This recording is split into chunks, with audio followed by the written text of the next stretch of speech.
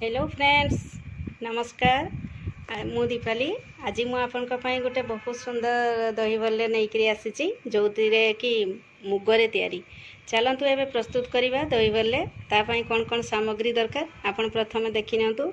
बहुत किछि सामग्री दरकार नहीं, बहुत अल्प सामग्री रे एटा होछि मुग डाली आको आमे भिजै देबा आधा घंटा कि 1 घंटा भिजै देकी ताको ग्राइंडिंग करनेबा।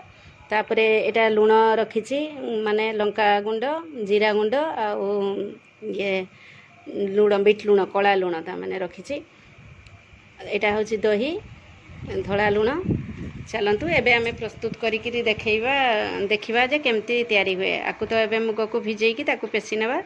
मु एटा पेसी की भी रखी देखंतु एटा गोटे गिना मुग डाली नहीं सेटा को पेसिकी भी रखी देछि। एटा को पेसिकी रखी आको एबे आमे प्रस्तुत करवा दही बल्ले। चलतु एबे आमे छाणीबा ताको एबे हला जे ताको छाणीबा। तेल देखंतु रिफाइन तेल आपण वेजिटेबल ऑयल यूज करि परिबे। आपण जो थिरे खाइबे सेटा रे यूज करिबे। घिया चाहिए भी घिया रे भी यूज करि परिबे। आमे देखंतु वेजिटेबल ऑयल ताको दे देले एबे होछि ताको छाणीबा। तेलटा अल्प गरम हो जाऊ तापरे दही माने मुग बरा को छाणीबा। मुग बटारे आमे जो मुग बटा रखीछु एटारे किछि पड़िबनी, खाली टिके ताको स्वाद अनुसार लुण पकई देबा। देखंतु अल्प टिके खाली लुण पकई देली ताको खाली गळई के आमे एबे छाणीबा। देखंतु एटा तेल गरम हैला कि नाही, टिके खाली एमती अल्प टिके आमे पकई के देखबा। पूरा तेल गरम हे आसलानी। एबे आमे ताको तो लुणटा को भल भाबरे गळई देले। देखंतु ताको भल भाबरे लुण देके आमे गळई दीचु। एबे आमे ताको बरा छाण नेबा।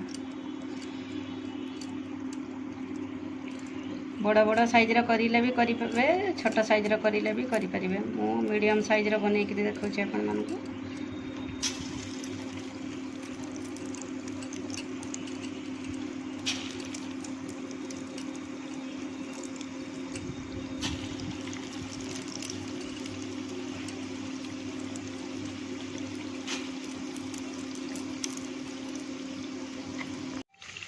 देखंतु बहुत बढ़िया हो गलानी। देखंतु पलटै देवा। बड़ बड़ साइज रो करिछि मु, आपन चाहिले छोट करि परिबे। आ टिके खाली हबो। देखंतु एबे हे गलानी। आको एबे हम काढी नेबा। काढी की डायरेक्ट आमे हला जे टिके ताको पानी रे पकई देबा। देखंतु पानी रखिछि एठी कहीं ना टिके सॉफ्ट हो गले बहुत भल लगे। आ जदि सॉफ्ट न हुए ताहले हला जे सी बहुत माने कड़क हो जाए ना, सेति पई ताको आमे पानी रे पकैले। एबे आमे आरो गुडा भी जो रखिछि ताको भी आमे छाणी नेबा। तापरे पानी रे सब तक पकई कि मु देखैबी आपन को केमती दही बल्ले हुए। देखंतु एबे हे गलानी, पत्री गलानी। ताको पानी टाको चिपुडी के आमे बाहर करनेबा। बेसी समय छाड़बेनी, खाली 2-3 मिनिट छाड़ी देले ताको बाहर करी आनिबे। कहीं टिके खाली जस्ट टिके खाली नरम हो गले हमको खाइबा पई भी बहुत बढ़िया लागिबो। आ बनेबा पई भी देखिबा पई भी बढ़िया, बनेबा पई भी बढ़िया। सब ए जे एमती काढी नेली। एटारे आमे कोन करबा ना दही पकेबा। दही पकेबा केमती एटा देखंतु गोटे प्लास्टिक रो मु रखी छै। एटा को आपन चाहिले स्टील रो भी मिलुची दुकान रे किनी आनिबे। देखंतु आमे दही बरा को कोन करबा ना एमती करिके ताको कणा कर देबा। एमती सब तक आमे टिके टिके कणा कर नेबा।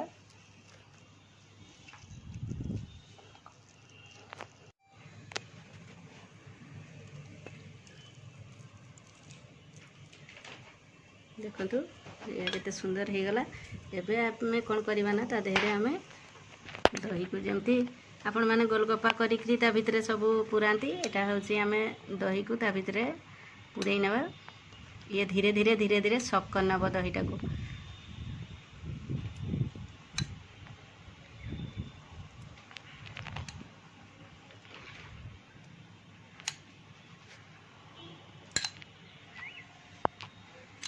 दही रे भी आपण एमती पकई की खाई परिबे, किंतु एटा टिके देखिबा पई सुंदर लगे, खाइबा पई भी बहुत भलो लगे। एटा गोटे नुआ प्रकार सेति पई आपण माने एमती करिकी खांतु।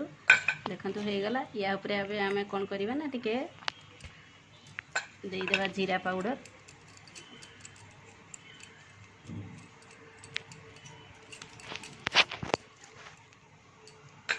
ତାପରେ ଦେଇଦେବା ଟିକେ କଳା ନମକ, ବିଟ ଲୁଣ ଟିକେ ପକେଇଦେବା, तापरे आमे देदेबा टिके लंका गुंड, जेतिकी राग आपन खाइबे सेतिकी हिसाब रे आपन माने देबे। तापरे कौन करबा ना देखो मु भुसुंगा पत्र आपन या उपरे झुरी भजा कि सेव गंठिया जहाँ भी पकईकी खाई परिबे। मु देखो एटा भुसुंगा पत्र को भाजी की रखी। तापरे एबे टिके आमे भुसुंगा पत्र पकेबे। एबे आमे टिके ता उपरे डेकोरेशन पई एटा टिके पकई देबा।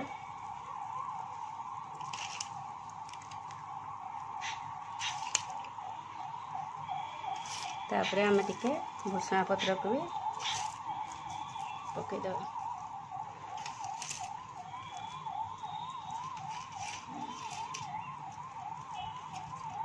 एबे हम इटा हम रेडी हो गला खाइबा पे। देखंतु बहुत इजी, आपण माने एमती करंतु, घरे तैयारी करंतु, खांतु आउ सब्सक्राइब करंतु। बेल आइकन रे जाई क्लिक निहाती करंतु। सब्सक्राइब करिबारे कोनोसी कष्ट नाही। जदि आपण मान को भल लागुची मो वीडियो ताले हला जे आपण माने सब्सक्राइब करंतु। जदि खराब लागुची भी आपण माने कमेंट करंतु, मु सब ग्रहण करिवि। आपण मान को जहाँ भी प्रॉब्लम थिवो मते कहिले मु तार आंसर भी देबी। सेति पई आपण माने हला जे देखंतु घरे दही बल्ले बनांतु, खांतु, खुआंतु। समस्त तो बिरी रे बनांती, मु आपण मान को आगरे मुगरे करिके प्रस्तुत करिके देखौची। रहूची, बाय।